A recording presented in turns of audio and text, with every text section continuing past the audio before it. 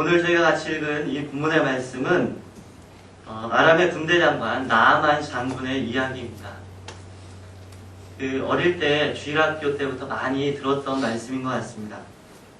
나아만은 아람 왕의 군대 장관이었고 그의 주인 즉 아람 왕 앞에서 크고 존귀한 자였다라고 성경은 증언하고 있습니다. 이 아람 장군 이 나아만이 존귀하게 된 이유가 있는 것 같습니다. 미뤄볼 때 아람이 위기에 처해 있을 때 나아만을 통해서 그 위기를 넘길 수 있었기 때문인 것 같습니다.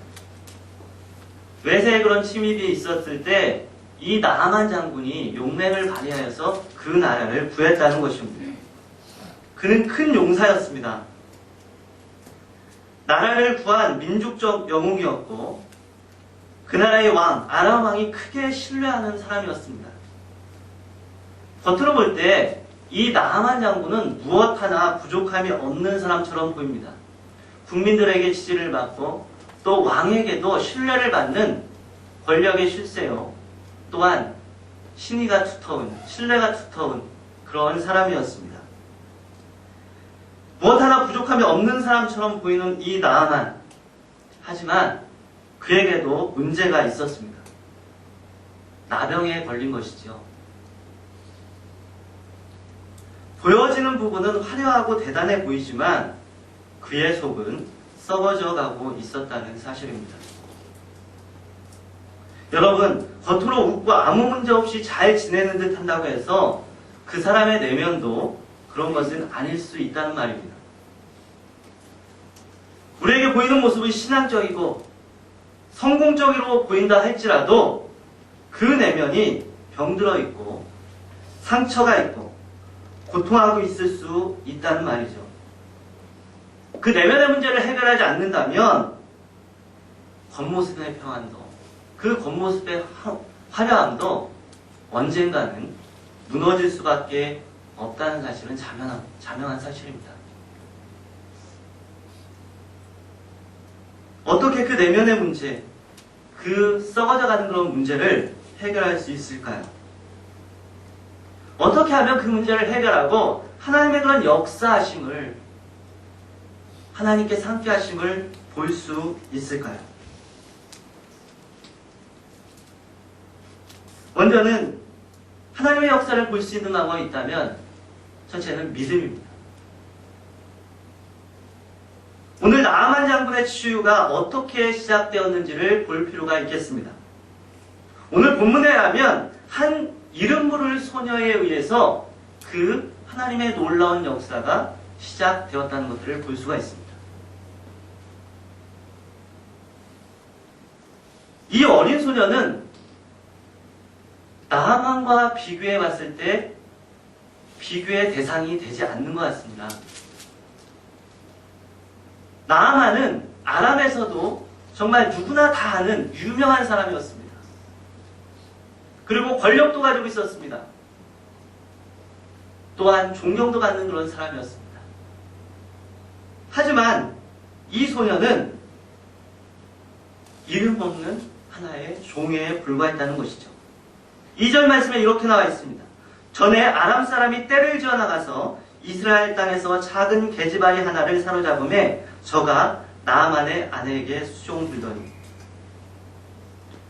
아람 군대가 이스라엘을 침입한 적이 있는데 그때 잡아온 계집아이, 그 아이가 바로 오늘 본문에 등장하는 그 소녀라는 것입니다. 여러분, 겉으로 보았을 때 이 어린아이, 이 어린 소녀아이의 그런 삶이 비참한 것 같지 않습니까? 사랑하는 부모를 떠나서 그것도 자발적으로 온 것도 아니고 잡혀와서 이방 나라에서 종생활을 하고 있는 이 어린 소녀, 그에게 어떤 소망이 있겠습니까? 우리가 생각할 때에는 이 소녀에게는 전혀 희망이 없을 것 같고 또한 이 소녀의 인생은 말 그대로 비참한 인생이다 라고 생각할 수 있을 것 같습니다. 그런데 그렇게 유명하고 높은 지에 있고 모든 것을 다 가진 것 같은 나아만이 이 이름도 알 수 없고 아무것도 없는 어린아이의 도움을 받는다는 사실입니다. 하나님께서 이루시는 치유의 역사, 하나님의 능력의 역사가 이 소녀로부터 시작되었다는 것이죠. 하나님께서는 왜 이 소녀를 사용하셨을까요? 가진 건 없고 보잘것 없고 이름도 없는 이 소녀를 사용하신 이유가 무엇일까요? 그것은 바로 이 소녀의 믿음 때문입니다. 오늘 3절 말씀을 한번 같이 읽겠습니다. 3절. 그 주모에게 이르되 우리 주인이 사마리아에 계신 선지자 앞에 계셨으면 좋겠나이다. 저가 그 문둥병을 고치리이다. 여러분, 믿음이 없다면 이런 말을 할 수가 없습니다. 이 게지바이, 작은 어린 소녀의 신분이 무엇입니까? 종입니다. 이방 땅에서 잡혀온 힘없는 종이라는 것이죠. 감히 정말 그 나라의 최고 권력자, 그 앞에서 이런 말을 할 수가 있을까요? 나아만은 그 나라의 모든 의원들을 다 아마 불러들일 수 있는 사람이었을 것입니다. 그 땅에 좋은 약이라는 약은 다 써볼 수 있는 그런 사람이었을 거예요. 그런데 그 집의 종 아이가, 적국에서 잡아온 그 종 아이가 그 적국으로 가서 선지자를 만나면 나을 것이라고 말하는 것이죠. 이것은 믿음이 없으면 할 수 없다는 것이죠. 만약에 그 말을 듣고 갔다고 친다 하더라도 가서 낫지 않으면 어떻게 되겠습니까? 돌아와서 이 나아만 장군이 그래 갔더니 안 낫더라, 그냥 그러고 말까요? 이 말을 했을 때는 이 소녀가 목숨을 내놓고 있다는 것이죠. 이 소녀는 하나님께서 역사하실 것이라는 믿음이 있었습니다. 그래서 그렇게 담대할 수 있었던 것입니다. 여러분, 상황과 환경이 아무리 열악하다 할지라도 믿음의 반응을 보일 때 그 가운데서 하나님의 역사는 시작됩니다. 그 사람의 모습과 상관이 없이 그 사람이 믿음의 반응을 보이게 될 때 그곳에서부터, 그 지점에서부터 하나님의 역사는 시작하게 된다는 것입니다. 자네 호크는 기독교 교양에서 이렇게 얘기합니다. 하나님을 믿는 신앙은 겸손과 순종과 성숙을 의미한다. 신앙이 좋다고 해서 반드시 성공, 건강, 인기, 명예, 그리고 물질적 부를 누리는 것은 아니다. 훌륭한 신앙의 가장 뚜렷한 특징은 성령의 열매를 맺는 것이다. 그러므로 신앙을 판단하는 척도는 우리가 얼마나 많이 가졌는가가 아니라 우리가 어떤 존재이냐이다. 여러분, 신앙을 판단하는 척도는 우리가 얼마나 많이 가졌는가가 아니라 우리가 어떤 존재인가, 우리가 하나님을 향한 믿음의 반응을 하는 존재인가, 그것에 달려 있다는 말입니다. 오스왈드 챔버스는 믿음은 우리 삶을 통해 하나님이 일하실 수 있는 기회를 드리는 것이다 라고 말하고 있습니다. 여러분, 연약하다 할지라도, 어린아이라 할지라도 자신이 어떤 존재인가를 알고 믿음으로 반응하면 하나님이 일하실 수 있는 기회를 드리게 된다는 것입니다. 하나님이 사용하지 못할 사람은 없습니다. 단지 믿음의 반응을 하느냐 하지 않느냐에 달려 있습니다. 믿음의 반응을 하게 되면 그때부터는 이제 하나님께서 일하시기 시작하신다는 것이죠. 내가 어떻게 해? 나 같은 사람이 어떻게 해? 내 처지에 어떻게 그것을 할 수 있을 것인가? 아닙니다. 한 이름 모를 어린 소녀의 믿음의 반응이 나만의 치유의 시작이었던 것처럼 나 하나의 믿음의 반응이 어떤 결과를 가져올지 모릅니다. 왜냐하면 내가 믿음의 반응을 보일 때 이제는 내 능력이 아니라 하나님께서 하나님의 능력을 가지고 일하실 차례이기 때문입니다. 이렇게 어린 소녀가, 이스라엘 땅에서 잡혀온 어린 소녀가 믿음의 반응을 보였던 것과는 달리 이스라엘 땅에 있는 이스라엘 왕은 전혀 상반된 반응을 보이게 됩니다. 나아만이 어린 소녀의 말을 듣고 아람 왕의 친서를 가지고 그의 수하들과 함께 이스라엘 왕을 찾아갑니다. 그리고 자신의 신하 나아만을 고쳐달라는 아람 왕의 친서를 이스라엘 왕에게 전달하게 됩니다. 그런데 이스라엘 왕의 반응이 어떻습니까? 오늘 7절의 말씀에 나와 있습니다. 제가 읽겠습니다. 이스라엘 왕이 그 글을 읽고 자기 옷을 찢으며 가로되 내가 어찌 하나님이관대 능히 사람을 죽이며 살릴 수 있으랴. 저가 어찌하여 사람을 내게 보내어 그 문둥병을 고치라 하느냐. 너희는 깊이 생각하고 저 왕이 틈을 타서 나로 더불어 시비하려 함인 줄 알라 하니라. 어린 소녀와 상반된 반응을 보이죠. 이 왕은 왕궁에 있습니다. 자기 나라에 있습니다. 그럼에도 불구하고 어찌할 바를 모릅니다. 나보고 어떡하란 말인가? 포토를 잡아서 전쟁을 일으키는 거 아닌가?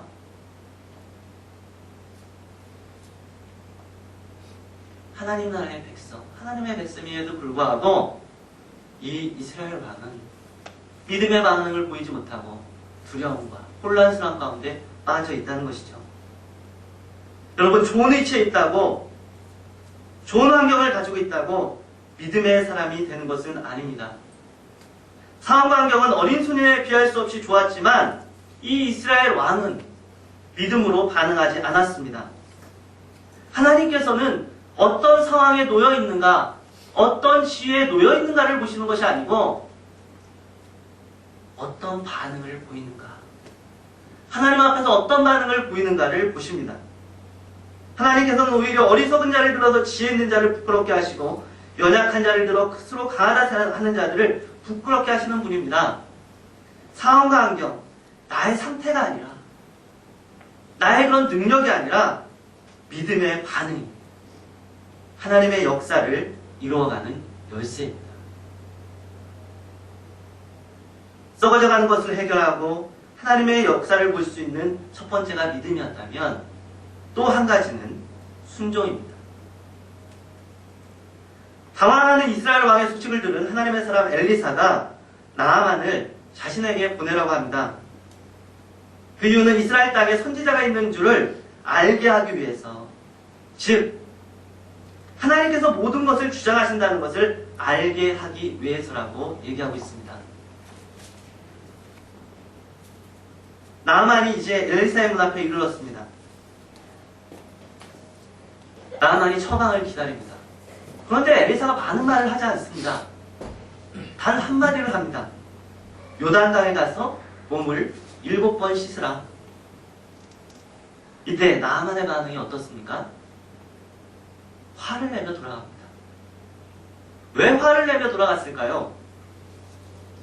사실 적대 관계에 있는 이 이스라엘 땅에까지 왔습니다. 이름 없는 자기의 종의 말을 듣기까지 하고 왔습니다. 그런데 그렇게 의협을 무릅쓰고 담대하게 온 사람이 왜 그 말을 따르지 않고 화를 내며 돌아갔을까요? 11절에 그 이유가 나와 있습니다. 11절을 같이 읽겠습니다. 나아만이 노하여 물러가며 가로되 내 생각에는 저가 내게로 나와 서서 그 하나님 여호와의 이름을 부르고 강처 위에 손을 흔들어 문둥병을 고칠까 하였도다. 여기에 그가 순종치 못한 이유가 나와 있습니다. 내 생각에는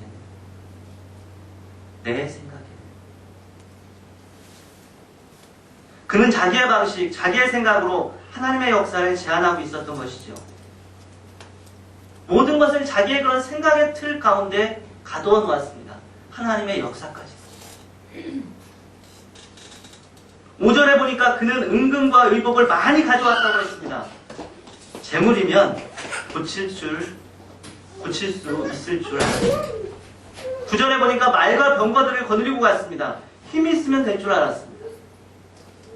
방금 읽은 11절에 여호와의 이름을 부르고 상처에 손을 얹고 그는 자신의 지식 안에서 고쳐질 줄 알았습니다. 하지만 그런 것으로 안 됩니다.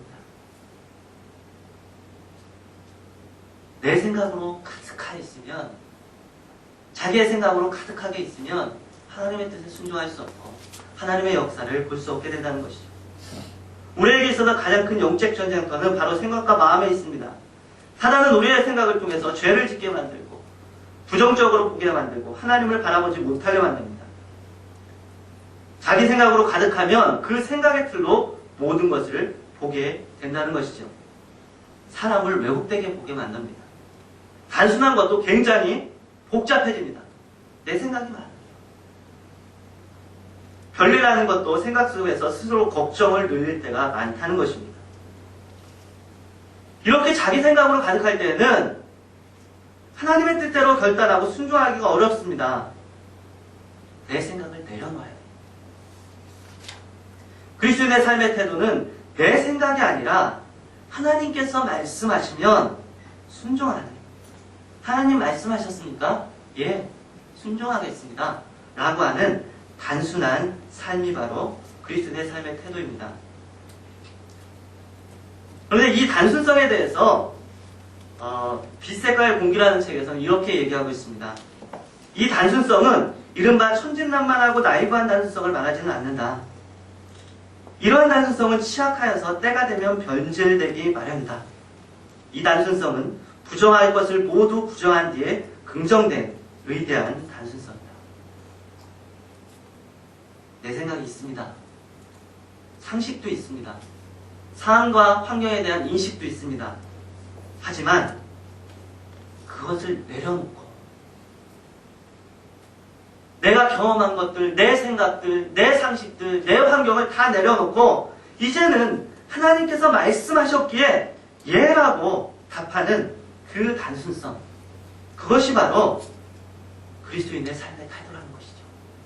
모르기 때문에 그냥 예하는 것이 아니고 그냥 아무것도 모르기 때문에 좋은 거 저기 있는데도 모르기 때문에 예하는 것이 아니고 다 그런 것이 있고 압니다. 하지만 하나님께서 말씀하셨기에 그렇게 하겠습니다. 이것이 바로 그리스도인의 단순성입니다. 여러분, 내 생각으로 가득하면 하나님의 음성을 들을 수 없고 그뿐만 아니라 사람들의 소리도 들리지 않습니다. 하나님의 음성을 들을 수 없기에 내 생각으로 가득하면 하나님의 뜻을 거스르게 되는 것이죠. 이제 나의 생각을 내려놓으면 하나님이 보이기 시작하고 다른 사람도 보이기 시작합니다. 내 생각에는 아무것도 아닌 것 같은 것도 하나님의 도구임을 발견하게 된다는 것입니다. 하나님께서 나아만 장군을 고치시는 데에 다양한 사람을 사용하셨던 것들을 볼 수 있습니다. 이름 모를 여자 종아리를 사용하셨고 엘리사를 사용하셨고 엘리사의 사환을 사용하셨습니다. 그리고 나아만의 종들, 같이 데리고 간 종들을 하나님께서 사용하셨습니다. 이 나아만이 그 종들 데려갈 때 이 사람들이 자기에게 큰 도움이 될 거라고 생각했을까요? 그저 짐이나 나르고 그저 병장기나 들고 그렇게 생각했을 것입니다. 하지만 이 나아만 장군이 치유되어지는데 하나님의 역사를 보게 되는 데는 이 모든 사람들이 다 사용되었다는 것입니다. 그러고 보면 나의 생각에 별로 유익하지 못할 것이라고 생각하는 사람들도 하나님께서는 다 이유가 있으셔서 붙여주셨음을 발견하게 됩니다. 여러분, 우리가 내 생각을 내려놓고 하나님의 음성에 귀 기울이고 다른 사람의 말에 귀 기울일 때 하나님의 역사를 경험하게 되고 나에게 허락하신 사람들이 하나님의 은혜의 통로임을 발견하게 되는 것입니다. 이사야 55장 8절 9절에 이렇게 얘기합니다. 여호와의 말씀에 내 생각은 너희 생각과 다르며 내 길은 너희 길과 달라서 하늘이 땅보다 높은 같이 내 길은 너희 길보다 높으며 내 생각은 너희 생각보다 높으니라. 하나님의 생각은 우리 생각과 다르다고 말씀합니다. 하나님의 생각은 우리 생각보다 크다고 말씀하십니다. 우리의 생각의 틀에, 우리의 사고의 틀에 가두어둘 수 없는 분이 바로 하나님이라고 말씀하시는 것입니다. 내 생각의 틀에 하나님을 제한하지 말아야 됩니다. 그래 하나님의 큰 역사를 볼 수 있습니다.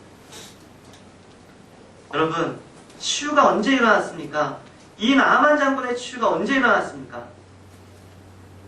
내 생각을 내려놓고 하나님의 말씀대로 하나님의 말씀대로 요단강에 7번 몸을 잠갔을 때 치유의 역사는 일어나게 되었습니다. 나의 생각을 내려놓고 하나님의 말씀에 겸손하게 순종하게 되어줄 때 우리는 하나님의 역사를 경험하게 되는 것입니다. 영국의 노예제도를 폐지한 사람 윌리엄 웰버포스. 웰버포스는 그의 생애 목표를 다음과 같은 말로 요약한 바 있습니다. 전능하신 하나님이 내게 2가지 목표를 주셨는데 그것은 노예무역을 막고 관습을 기억하는 것이다. 하나님께서 웰버포스에게 이러한 마음을 주셨을 때에 이 마음을 웰버포스는 끝까지 가지고 갑니다. 웰버포스는 1780년에 21살의 나이로 요크셔 의원으로 국회에 진출했습니다. 그리고 7년 후에 노예무역에 대한 법안을 제출을 했습니다. 겉으로 보기에, 외모로 보기에 이 웰버포스는 별 볼 일 없는 사람이었습니다. 호감 가는 그런 그 모습도 아니었습니다.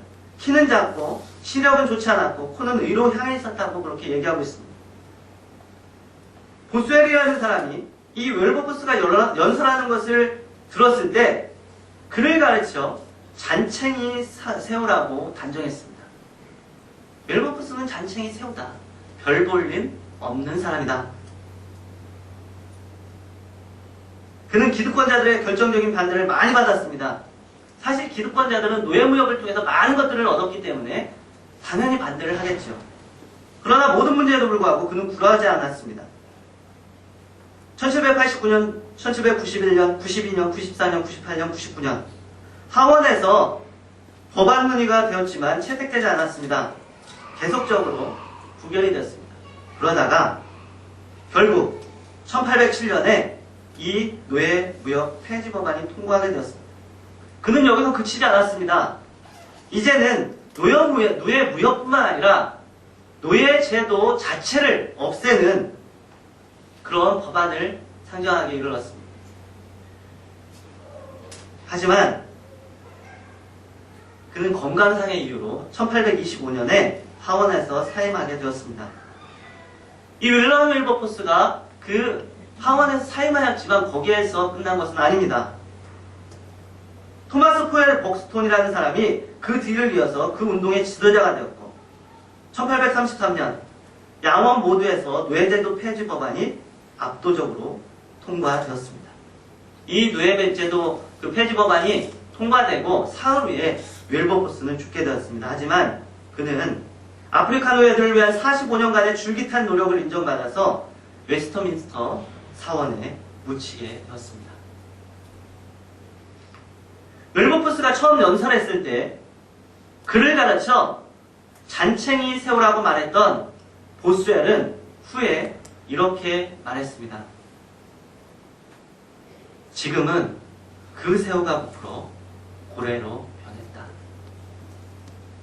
지금은 그 새우가 부풀어서 고래로 변했다.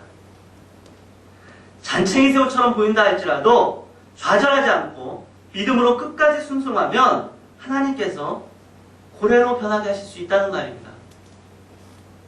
여러분, 어디에 있든지 어떤 상황에 놓여 있든지 나는 잔챙이 새우라고 낙망하지 않고 믿음의 반응을 보이고 내 생각을 내려놓고 겸손하게 하나님의 말씀에 순종한다면 하나님의 역사 가운데 우리도 참여하게 될 것이고 잔챙이 새우도 고래로 변하게 하시는 그 하나님의 놀라운 은혜를 모두가 체험하게 될 것입니다.